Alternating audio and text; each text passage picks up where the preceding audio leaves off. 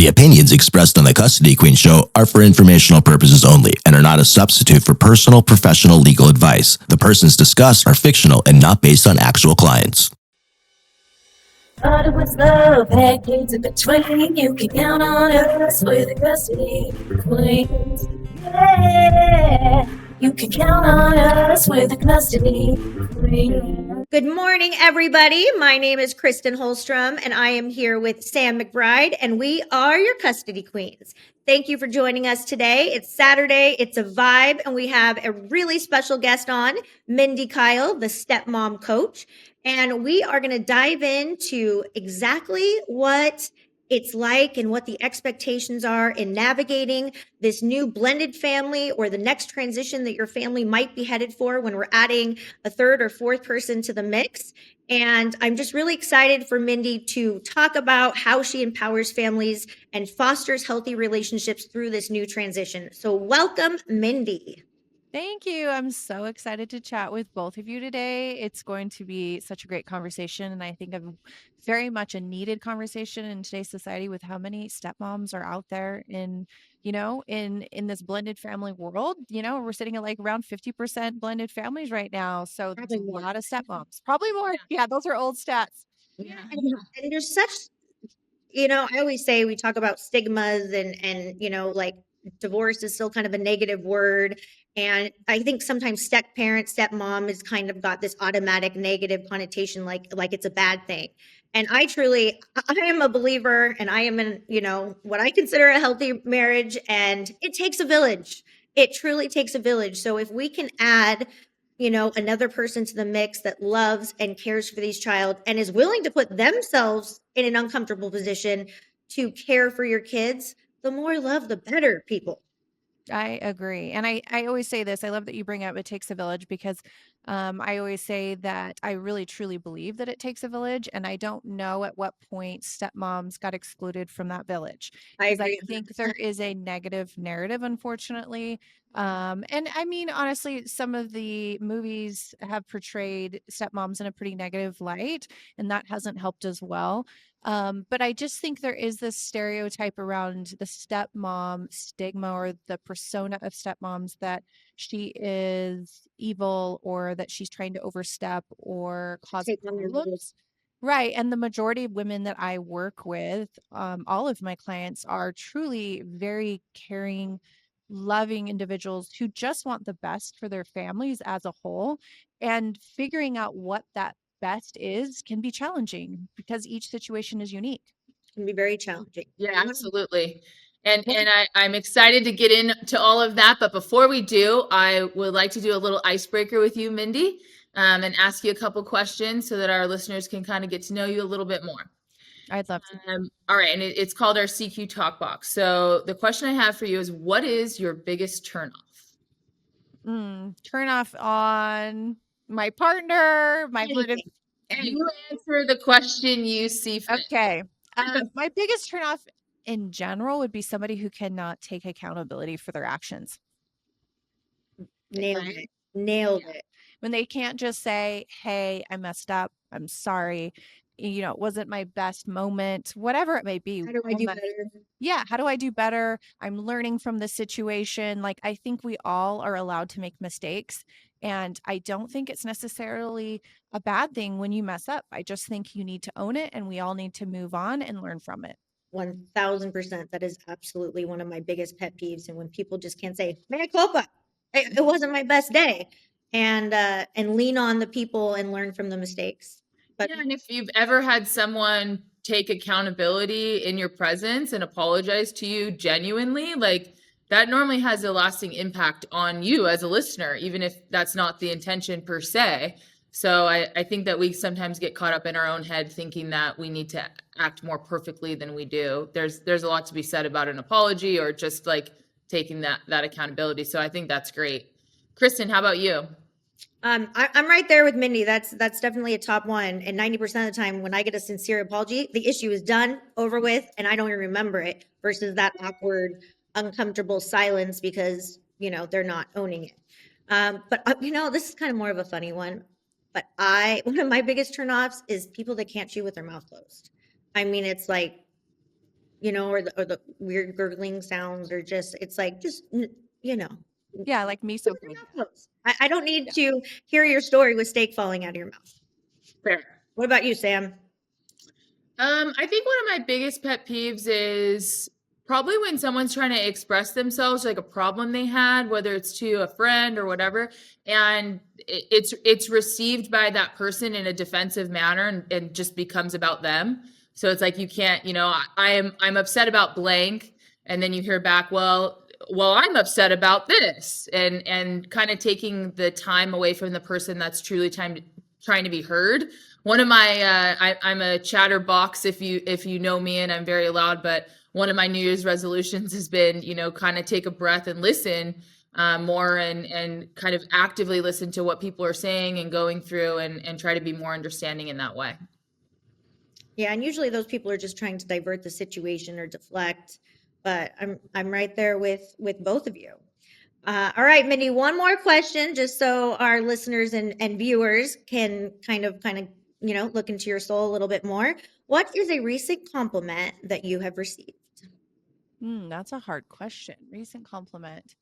I think the most recent one that I can think of was somebody said that they felt I was very warm.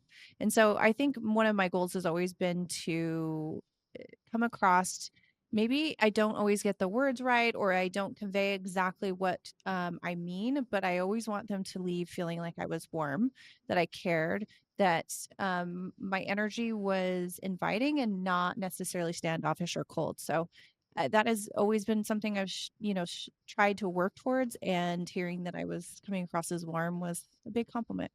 And you probably made that person feel very safe and heard. Yeah. But at the end of the day, most people just want to be heard. Yeah. And Yeah, I heard a what quote about one you? time. What did And you what say, about Mindy? you? You had a quote? I heard a quote one time that people rarely remember what you said, but how you made them feel. That And is that's true. That is the truth. Yeah. Yeah, no, absolutely. I don't, Kristen, to answer your question, I don't know that I can remember a recent compliment. I think just in general, whenever I hear a compliment about what I do for a living, which is try to help and protect families, and deal with some of the harder issues like custody, visitation, restraining orders, abuse cases, I always take great pride not in hearing a compliment about how good I did per se, but in knowing that I've had a positive effect on someone's life outside of my own. And Sam is being very humble, because Sam is is probably one of the top 3 hardest working people that I know. And she will be very humble, and she will not, speak about herself like that, but she really is. And I'm right in line with it. One of my greatest compliments is never directly about me, but it's about the team I lead, or, my kids. Obviously, that's, probably one of the biggest things in my life. But I had recently 2 coaches tell me that my kids are the hardest working kids that they've ever trained. And if there's one thing I try to instill in my kids, is that nothing in life is free, and that you earn everything that you are given. And whether it's school, or it's sports, or it's, earning a trip, or earning, my daughter wanted an Apple Watch because she's now 10, and she wants these expensive things. 10 And going on 25, that girl. oh Lord, I'm in trouble. But just having somebody tell me, that your kids are so hardworking, or people always compliment, your team, or your attorneys or custody queens is really, it's really making a name for themselves, and you should be so proud. And my response always is, I wouldn't be able to do anything I do without the team I have. And so that's a huge compliment to me. Well put. All right, Mindy, let's jump into your story. Can you tell us a little bit about how I guess your journey in becoming a stepmom coach? Yeah. It's like what I call my origin story as a stepmom. I became a stepmom pretty young at 24 years old. I didn't have any kids of my own. I had never been married. So this was honestly not in my 10-year plan at all. I did not plan on falling in love with a man who had kids, and 4 at that. He had 4 children. And so it was jarring. It was a jarring transition for me. And coming into it, I think I came into it like a lot of stepmoms do, I had this belief that if I just gave 110%, that we would figure this out and that we would build really healthy, close relationships with one another, and that I would just kind of hustle for my worth and value in this family. And not too long after becoming a stepmom, I realized this is much more complex than I had given credit to. And I couldn't figure out why everything that I was putting into this was not necessarily creating the results that I thought it would. I was left feeling really insecure, very triggered by certain situations, confused by the role that I thought I was supposed to play in these kids' lives, but it wasn't necessarily panning out in the same way. The relationships felt different than I thought they would. And the relationship with my stepkid's mom was something that I hadn't anticipated necessarily being as challenging as it was. And so it all felt very overwhelming for me. I had 2 kids of my own pretty soon after getting married. So we added another element to this blended family, and that also being a new mom and the dynamic of raising teenagers at the same time, it was just a lot. And at one point at about 7 years in, it was either divorce or like a mental breakdown, like a nervous breakdown. So at that point, I decided I needed support, I needed guidance. But one of the roadblocks that I kept running into was that I really was struggling to find therapists and support and education that was blended family informed, because I felt like a lot of the people I was reaching out to for help really didn't understand the blended family dynamic, nor did they understand the stepmom experience specifically. And so it was a lot of years of me really just doing a lot of research on my own, a lot of healing on my own. I did have a therapist that I worked with that I loved for a long time, and really got to this place where I understood so much better why things had been hard. And a lot of it had to do with just a lack of education and a lack of understanding around how we operate in a blended family. It is very different than a nuclear family. And a lot of us bring nuclear family ideals to a blended family, which is okay to some degree, but we do need to bring some flexibility along with that as well. So, have you worked with anyone where you have somewhat come to the conclusion that the step parent, mom or stepdad is doing everything that they can, but they're just being shut out by the other side or the other family? And if so, how do you manage that generally? I think one, we have to look at our expectations. Expectations play a big part in all of this. If your expectations are not aligned with the reality of your situation, you're going to be miserable. And it's not that you can't have, dreams and wishes and hopes for this family to hopefully get to that point, but we need to hold them um, in a little bit of a looser hold and have some more flexibility in what we yes, reasonable expectations is really, really important. Sometimes, a lot of blended families, loyalty binds are very present. That's a huge part in the step parent's ability to connect and bond with stepchildren. And we have to be real about that. We have to acknowledge it. If they're present, if children are struggling with loyalty binds, then we need to shift our expectations as a step parent so that we can accommodate what is present in the blended family. Yeah, and emotions play such a high role when going through a divorce case, transitioning, from a nuclear family to a blended family. Even when I'm talking to clients, and I'm huge, Sam and I are huge on managing expectations. And that's not just for custody, divorce, family. I mean, that is life. And I have learned to manage expectations in all different kinds of relationships that I have in my life. And when you manage them, it really turns your life around. And it's not that you can't hope that your expectation can change down the road. It's just that you have to manage expectations in every aspect. But when I talk to a client and, say, I'm just making up facts, but say there was an infidelity and, the new girlfriend is staying and ultimately she becomes a wife. When I'm talking to my clients, I always ask, okay, do you not like this person because of your own emotions? Guilt, anger, jealousy, insecurity.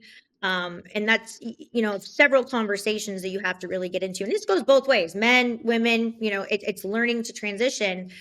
And or even just say, you have a couple that have been together for 20 years and they just decided that this isn't working. And then a year later, a third person comes into this. You have to work through those emotions. It's okay to have them, but you have to work through them. And those emotions change throughout every aspect of the case. And usually the ripping off the initial Band-Aid's the worst. Yeah. I talk about this a lot with my clients. Emotional EQ is one of the most important things you need to bring to the table when you're talking about existing in a blended family and having to co-parent. If you don't have a good handle on your emotions and how to navigate those triggers, because believe me, you will be triggered. There are triggering situations. The dynamic of a blended family, I think, is so heightened emotionally because we're talking about children, right? And this is almost has a territorial nature to it, right? People feel very territorial and protective of their children.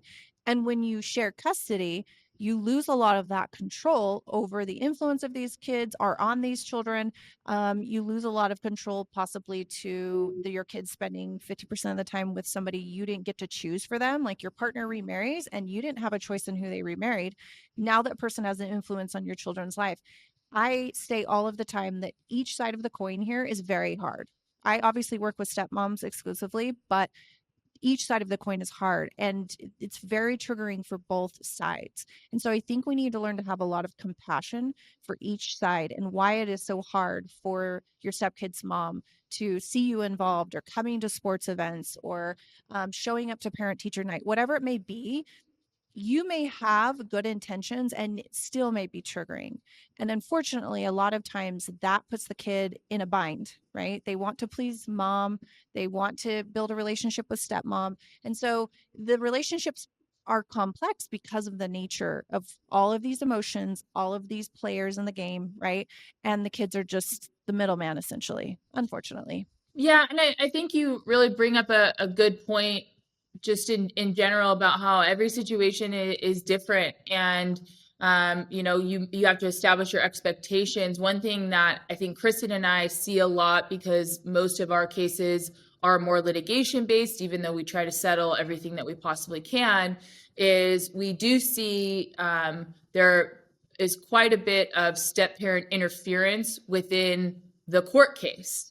And while I certainly understand and appreciate, I have a stepdad who I love very much, is the light of my life, and I appreciate so much the help he has brought to our family. He's changed our family for nothing but the better. But sometimes we see that increase in conflict because two parents have enough conflict as it is going through a very stressful family law case if they're litigating. And we do see that interference occur a lot. Is that something that you talk to your clients about or gets brought up as a subject?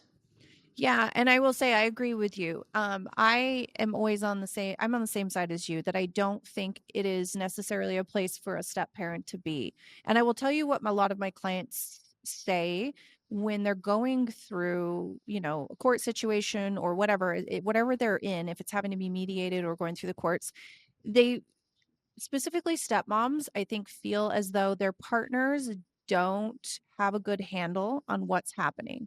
And so because of that, maybe their partner is avoidant, maybe their partner is not very good at keeping track of things or details or whatever it may be. So the stepmom thinks it's going to be advantageous to step in and start documenting and start tracking and start getting involved. And I do think I think it's well intentioned most of the time, but I do think there's an element of them feeling triggered by the situation. So it's twofold, right? She's triggered. She sees so much conflict happening. She wants to step in because she's worried that her partner is going to get taken advantage of or things won't go in their favor. And so she starts to micromanage things. And almost always it does not end well. I see it all the time with my clients. So I always advise to take a step back and allow adults to be adults, right? Your partner's an adult. He should handle his own business. You can support him on the back end, but this is really his place to step up and take control over his life. I could not agree more. And I think it really helps mitigate the conflict. And I agree with you. I think that most, if not all, step parents have very serious, well intentions in moving forward with that. But I do see that as an area of conflict that I think would be beneficial to sort of just revisit what it looks like to truly support your partner while not being involved in the litigation aspect of it. Because Kristen and I were, if we have to litigate, we want to litigate and then be done with that. That's the goal, right? Is that you're not spending 18 years in court, that you're not going back every couple months. The goal is that you can calm everyone down and the issues that have to be handled can get deferred to a court, and then everyone can go live their lives outside of that. Yeah. And for a step parent too, I think sometimes, and I always tell my stepmom clients this, you haven't been here. And I say this lovingly, obviously, because this is actually a stepmom trigger, is that there's so much history that came before you, right? And you feel a little lost in this picture. But there is so much history that came before you, and you don't necessarily have the full picture. You're getting the what information you have now is part of it, but you coming in and trying to sway things or having an opinion in the court is not really beneficial for a lot of reasons, but also because you just don't have the full picture. A lot of it, happened before you were here. And so it's not beneficial for you to step in with your opinion, with your limited perspective, essentially. And how about just time? The longer time goes on, I think sometimes I find that step parents will potentially be kind of interfering, even if for altruistic reasons. But sometimes they're also getting accused of things they're not doing, and just being physically present around children and having children observe your behavior and realize that you're not at the dinner table saying this about their parent, you're not, talking about a court case, and they're just kind of seeing your presence and getting used to it and getting to develop their own relationships. I think that sort of helps everyone kind of take, take the wall down, if you will. And it's similar to the experience that I personally had. I didn't have too much of a wall up when I met my stepdad, but, at first you're kind of like, okay, who's this guy? And, fast forward 12, 13 years later, it's like the most amazing add to our family, just a great family man, great partner to my mom, father to his own kids, stepdad to us. And it's really, I think, so special when there is a blended family and how much additional support you can have. I'm very close with my biological dad. I eat with him every week. And he's the greatest, but I similarly love in a different but very serious way my stepdad. And that's been so positive for me. So I think it's great that there's a lot of communication and thought behind this, and attention to people that are step parents, because it's a very hard job. It really is to step into a new family with all these new intricacies and kind of balance your own needs while also kind of being a part of another family. Yeah. And, I love that you were speaking to this, because one of the things we do know from the research is that step-parent, stepchild relationships are typically very slow to develop and grow. And so that's another place where expectations need to change. It won't look like your other relationships in your life.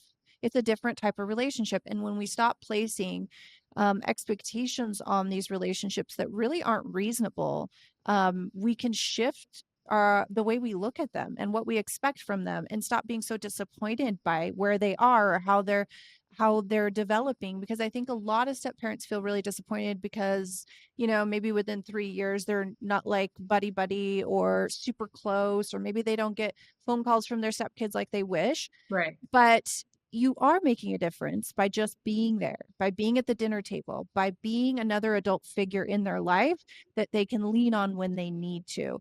And I think we need to rewrite what we expect from step parents as well as stepchildren, and start to create a different type of relationship. Like you just said, I love my stepdad. It's different than I love my dad, but it doesn't need to be lesser than or worse. Right. And what I always say this on my social media platform, but essentially, we love our grandma like we love our grandma. We love our dad like we love our dad. We love our sister like we love our sister. So when did loving our stepkids like our stepkids become a negative connotation? Right. Like, it's not. It's a great point. Exactly how it's supposed to be. It's not lesser than, it's not more than, it's just exactly how it's supposed to be. Yeah. And one of the biggest things that I try to counsel or not coach, but explain, because 6 out of 10 of these cases are going to have a step parent at some point in them. And doing this as long as I have, I often see that if it's a slower progression and nobody is forcing this relationship, like the husband or the dad is not forcing this relationship on mom, but gradually, bringing in step parent, or the kids are not being expected to call this new stepmom mom. When I have seen that the progression is slower and it's more organic, and it's okay for stepmom to go to the soccer game. It's okay for stepmom to come to the award ceremony, but understand, that these are mom and this is dad. It has such a higher percentage for success, because there is that couple cases where and it's usually based on emotion 90% of the time, where a stepmom comes in and is like, you know what, she doesn't take care of her kids, she doesn't see her kids, so gosh darn it, I'm mom and I'm the disciplinarian and I am this, and that never ends well. But I always try to explain it from the other side, as if stepmom is coming into this position, this probably wasn't in her 10-year plan, like you explained. She probably didn't say, I can't wait to go get married and be a stepmom to 4 kids when I don't have my own yet, and I have to deal with this crazy lady over here, and my actions are ill received, even though they are meant to be really good. So it's like, when you consider all the roles, and one of my best friends, and her and her husband got divorced, and I'm close with both of them, but they both have significant others, and they co-parent phenomenal. But even then, there are still new obstacles and challenges that they have to navigate. But what I can attest to their success is that they are okay with their roles being different and expectations are managed. And you're 100% right. When is being a step parent and loving a child in a step parent way, or a child loving a stepmom the way he loves a step? Why is that bad? Yeah, we're using the wrong measuring stick for these things. We apply biological relationships to step parent relationships, and it's not the same thing. It's just not the same thing. And so we need to use the correct measuring stick for these relationships in order to feel like we are successful at them and like they are okay. And I think that's where we fall short a lot of times, is that we expect step parents to love their stepkids like they are their bio children, but that's a sticky situation, because when you start applying that logic, you start overstepping in a lot of ways, and that's where we fail. And the last thing you ever want to happen in your case is to get a third-party order that the kids can't be around stepmom or stepdad. And I can tell you the courts don't like doing that. They really, really, really don't. And talk about putting a big, huge wedge into the middle of a family, and often setting it up for failure. And so, manage your own expectations, change what the measuring stick is, and more love, people. If you have a step parent that sees your kids, that hears your kids, that is being part of this village, you don't have to love that person, but recognize that they are a positive figure in this life. And I am a firm believer, everybody needs more love. And if you have another person that is stepping up to the plate, a lot of kids don't have one person stepping up to the plate. So start recognizing that there is often a pretty big benefit to it. Yeah, I agree. 100% agree. And we are out of time. It all goes way too fast. Mindy, Sam, and I can't wait to have you on again. And everyone listening, thank you for sharing this 30 minutes with us. It's never, never long enough. And if anyone listening to this wants to call us and ask questions about the litigation side or the settlement side, we are happy to address those concerns and or questions at 1-800-419-7772. That is 1-800-419-7772. Mindy, how can our guests and our fans reach out to you and hire you to do the step parent adoption? How can they reach out to you? You can find me on all social media platforms, Mindy Kyle Coaching, and you can also find me at mindykylecoaching.com. Thank you so much for sharing the day with us, and we look forward to having you on again. And you know what? You are a great resource for all of our clients and our listeners, and thank you so much for being part of this today. And Sam. And remember, let love rule.